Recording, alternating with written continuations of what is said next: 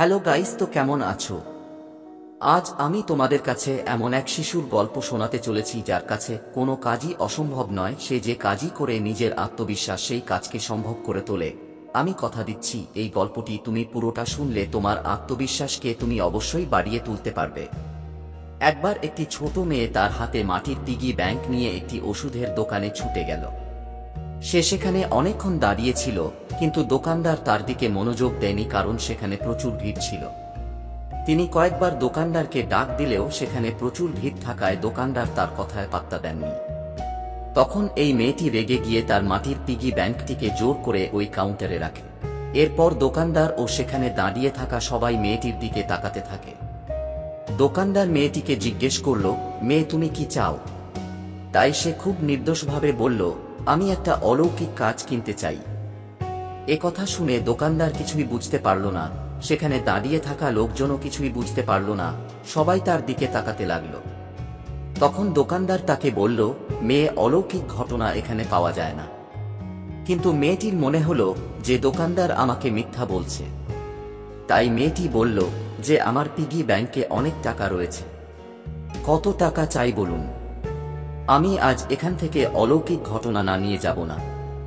তখন কাউন্টারে দাঁড়িয়ে থাকা এক ব্যক্তি তাকে জিজ্ঞাসা করলেন, মেয়ে, তুমি কেন অলৌকিক কাজ চাও?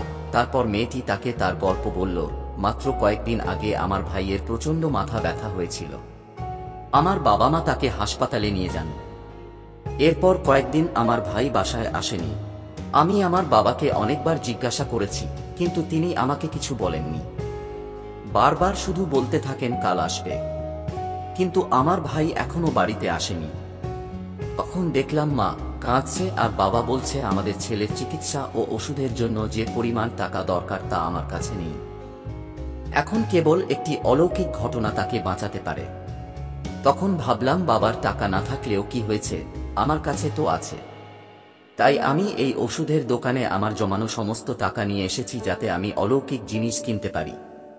তখন লোকটি মেয়েটিকে জিজ্ঞেস করল, তোমার কাছে কত টাকা আছে? এই কথা শুনে মেয়েটি পিগি ব্যাংক তুলে নিয়ে মাটিতে ফেলে ভেঙে দিয়ে টাকা গুনতে লাগল।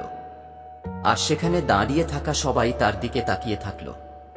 কিছুক্ষণ পর সে সব টাকা জোগাড় করে বলল, আমার কাছে পুরো 19 টাকা আছে।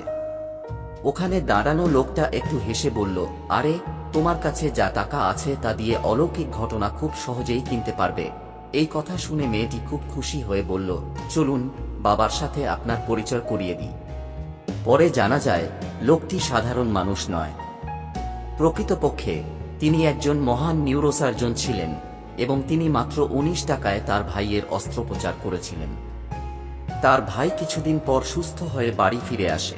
তারপর কয়েকদিন পর মেয়ে, তার ভাই, তার বাবা মা একসাথে বসে গল্প করছিল। তখন তার মা তার বাবাকে জিজ্ঞেস করলেন, এখন বলুন কিভাবে এই অলৌকিক কাজ করলেন? মেয়ের দিকে তাকিয়ে বাবা বললেন, অলৌকিক ঘটনা আমি করিনি, মেয়েটিই করেছে।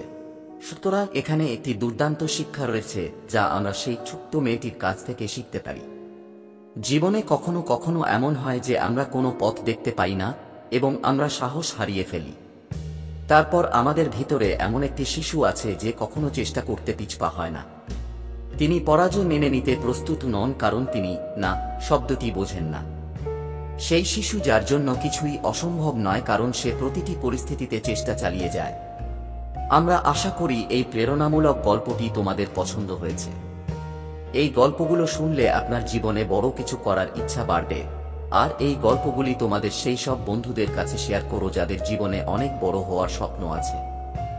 আর গল্পটি যদি ভালো লেগে থাকে আমাদের চ্যানেলটি সাবস্ক্রাইব করে দেবেন, যাতে এরকম ভিডিও তোমাদের কাছে আনতে পারি। আমরা আবার মিলব আরও একটি মোটিভেশন গল্প নিয়ে। ততক্ষণ পর্যন্ত স্টে হ্যাপি, স্টে হেলদি এবং stay motivated. Thanks for watching.